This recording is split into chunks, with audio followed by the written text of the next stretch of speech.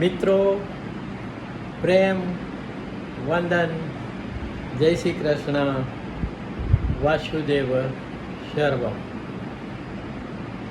એક આધ્યાત્મિક રચના આજે ક્લિનિકની વ્યાસપીઠ ઉપરથી કે વાતનું વતેસર થયું છે, વાતનું વતેસર થયું છે, આત્મ તત્વ શરીર થયું છે.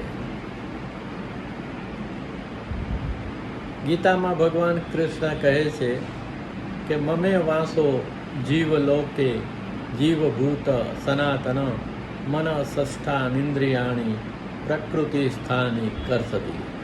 તો મન સહિતની પાંચેય ઇન્દ્રિયોને આ પ્રકૃતિમાંથી આપણો જીવાત્મા ખેંચે છે અને એના આધારે એ બધા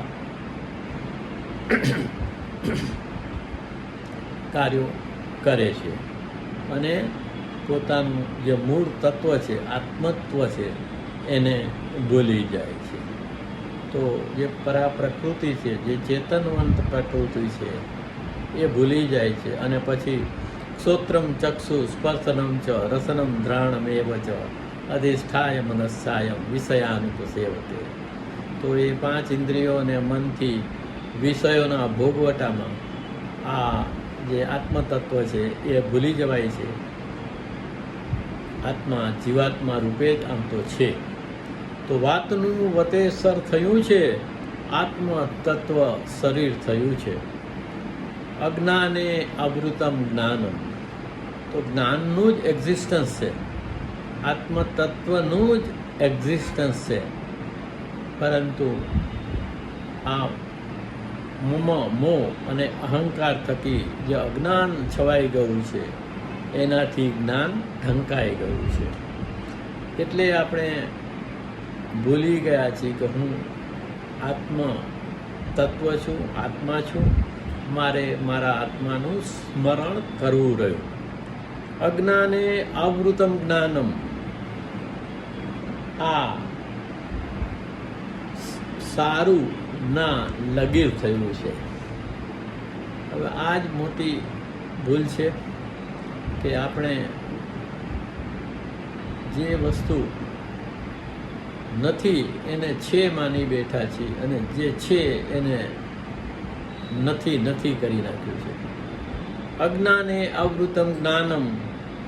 આ સારું ના લગીર થયું છે કે વાતનું વતેસર થયું છે, આત્મતત્વ શરીર થયું છે. આગળ મેં જે શ્લોક કહ્યો એના સંદર્ભમાં જ પંક્તિઓ છે કે મન બુદ્ધિ ઇન્દ્રિયો થકી, મન બુદ્ધિ ઇન્દ્રિયો થકી કઠપૂતળી કથિર થયું છે. તો આપણે કઠપૂતળી થઈ ગયા છીએ. તો સોનાના રહેવાને બદલે કથિર થઈ ગયા છીએ. તો મન બુદ્ધિ ઇન્દ્રિયો થકી કઠપૂતળી કથિર થયું છે, વાતનું વતેસર થયું છે, આત્મ તત્વ શરીર થયું છે. કે બ્રહ્મ બ્રહ્મ છે, બ્રહ્મ બ્રહ્મ છે, બ્રહ્મ બ્રહ્મ છે, બ્રહ્મ બ્રહ્મ છે, જેણે જાણ્યું અમીર થયું છે. તો જાણવાની વસ્તુ આ જ છે.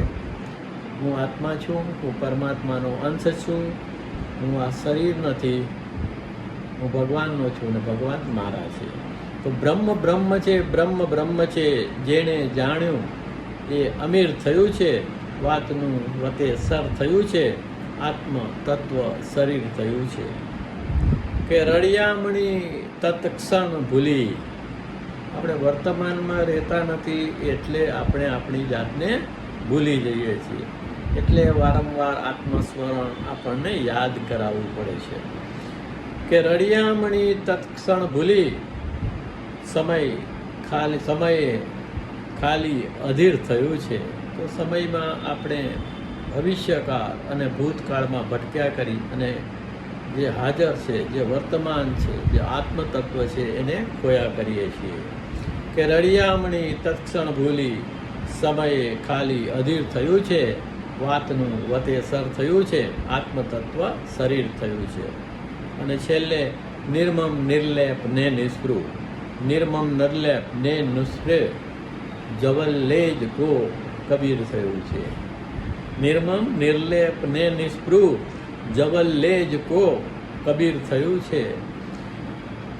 તો જરાય પણ મમતા વગર, જરાય પણ નિર્લેપ, જરાય પણ લેપાયા વગર અને કોઈ પણ જાતની સ્પૃહા વગર આપણે આપણું આત્મસ્મરણ કરા રાખીએ તો જ આપણે કબીર થઈ શકીએ. તો નિર્મમ નિર્લેપ ને નિસ્પૃહ, જવલ્લેજ કો કબીર થયું છે. વાતનું વતે સર થયું છે. આત્મતત્વ શરીર થયું છે. પ્રેમ વંદન. જય શ્રી કૃષ્ણ. વાસુદેવ સર્વમ.